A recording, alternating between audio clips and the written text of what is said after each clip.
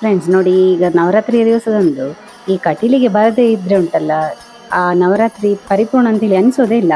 ಹಾಗಾಗಿ ನಾನಿವತ್ತು ಕಟೀಲು ದೇವಸ್ಥಾನಕ್ಕೆ ಬಂದಿದ್ದೇನೆ, ಅಮ್ಮನ ದರ್ಶನಕ್ಕೆ, ಹಾಗೇನೆ ಈ ನವರಾತ್ರಿಯ ಗೌಜಿ ಗಮ್ಮತ್ತು ನೋಡಲಿಕ್ಕೆ.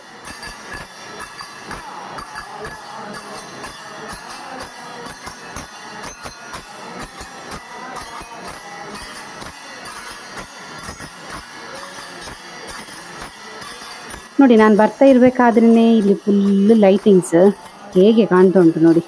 ಸ್ವಲ್ಪ ಕೈಕಾಲೆಲ್ಲ ತೊಳ್ಕೊಂಡು ದೇವರ ದರ್ಶನಕ್ಕೆ ಹೋಗುವ ಒಳಗೆ ಲೈಟೆಲ್ಲ ಹಾಕಿ ಕಾರಂಜಿ ನೋಡಿ ಅಂತ ಒಳ್ಳೆ ಚೆಂದ ಕಾಣ್ತಾ ಉಂಟು, ನೋಡಲಿಕ್ಕೆ ಒಂದು ಆಕರ್ಷಣೆ.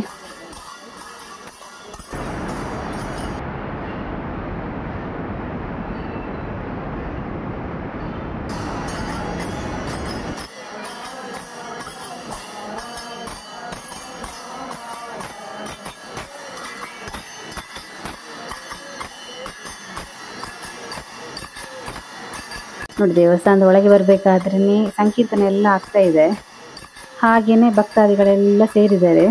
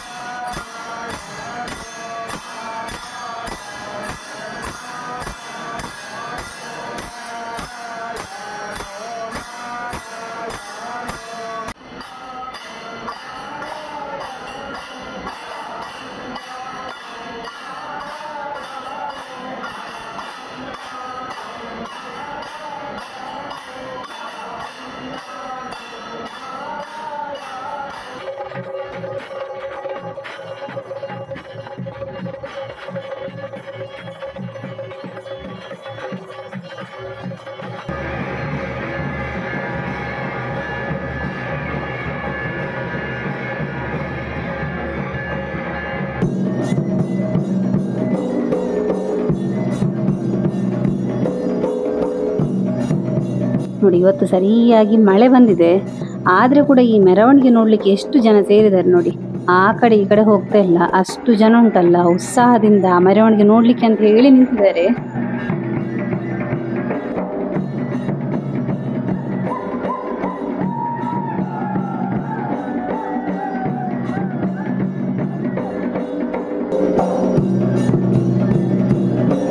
ಮೆರವಣಿಗೆಯಲ್ಲಿ ನೋಡಿ ಅಂತೆ ಕುಣಿತ ಭಜನೆ ಮಕ್ಕಳದ್ದಾಗ್ತಾ ಉಂಟು. ತುಂಬ ಜನ ಸಣ್ಣ ಸಣ್ಣ ಮಕ್ಕಳಿದ್ದಾರೆ, ಹೇಗೆ ಕುಣಿತಾರೆ ನೋಡಿ, ಖುಷಿ ಆಗ್ತದೆ ನೋಡಲಿಕ್ಕೆ. ಲೈನ್ ಒಂದು ಈ ಕಡೆಯಿಂದ ಆ ಮೂಲೆ ತನಕ ಉಂಟು ಕುಣಿತ ಭಜನೆ ಆಯಿತು ನೋಡಿ. ಮೆರವಣಿಗೆಯನ್ನು ನೋಡಲಿಕ್ಕೆ ಚಿಕ್ಕ ಮಕ್ಕಳಿಂದ ಹಿಡಿದು ಏಜ್ ಆದವರ ತನಕ ಕೂಡ ಎಲ್ಲ ಸೇರಿದ್ದಾರೆ. ಅಂದರೆ ವಿಧ ವಿಧವಾದ ಮೆರವಣಿಗೆ, ಅಂದರೆ ಈ ವೇಷಭೂಷಣಗಳೆಲ್ಲ ನೋಡಲಿಕ್ಕೆ ಚಂದ. ಹುಲಿ ವೇಷ ಆಗಿರ್ಬೋದು, ಹಾಗೆಯೇ ಚಿತ್ರ ವಿಚಿತ್ರ ವೇಷಗಳೆಲ್ಲ ನಮಗೆ ಇಲ್ಲಿ ನೋಡ್ಲಿಕ್ಕೆ ಸಿಗ್ತದೆ ಇವತ್ತು.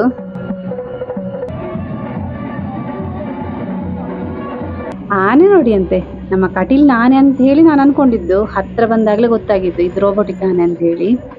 ಅಂದರೆ ಫುಲ್ ನ್ಯಾಚುರಲ್ ಆಗಿ ಕಾಣ್ತಾ ಇದೆ, ಎಷ್ಟು ಚಂದ ಮಾಡಿದಾರಲ್ಲ.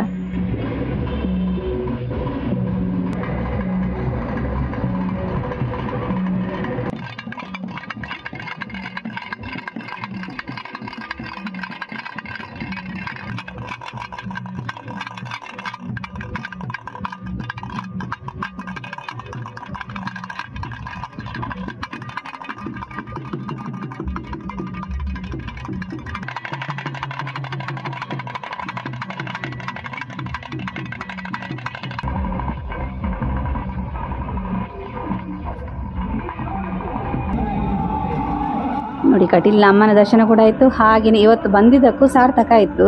ಬೇರೆ ಬೇರೆ ಮೆರವಣಿಗೆಯಲ್ಲಿ ವೇಷಭೂಷಣಲೆಲ್ಲ ನೋಡಿ ಉಂಟಲ್ಲ, ಕಣ್ಣಿಗೆ ಕೂಡ ಹಬ್ಬ ಆದಾಗೆ ಆಯಿತು. ತುಂಬ ಖುಷಿ ಆಯಿತು ನನಗೆ ಕೂಡ ಇವತ್ತು ಬಂದು. ನಾವು ಈ ಥರ ಇಂಟ್ರೆಸ್ಟಿಂಗ್ ವಿಡಿಯೋದೊಂದಿಗೆ ಮುಂದೆ ಕೂಡ ಸಿಗ್ತಾ ಇರ್ತೇವೆ. ನಮ್ಮ ಚಾನಲನ್ನು ಯಾರಾದರೂ ಹೊಸಬ್ರು ನೋಡ್ತಾ ಇದ್ದರೆ ಸಬ್ಸ್ಕ್ರೈಬ್ ಮಾಡಿ, ಹಾಗೆಯೇ ಕಮೆಂಟ್ ಮೂಲಕ ಏನಾದರೂ ವಿಷಯ ಇದ್ದರೆ ತಿಳಿಸಿ.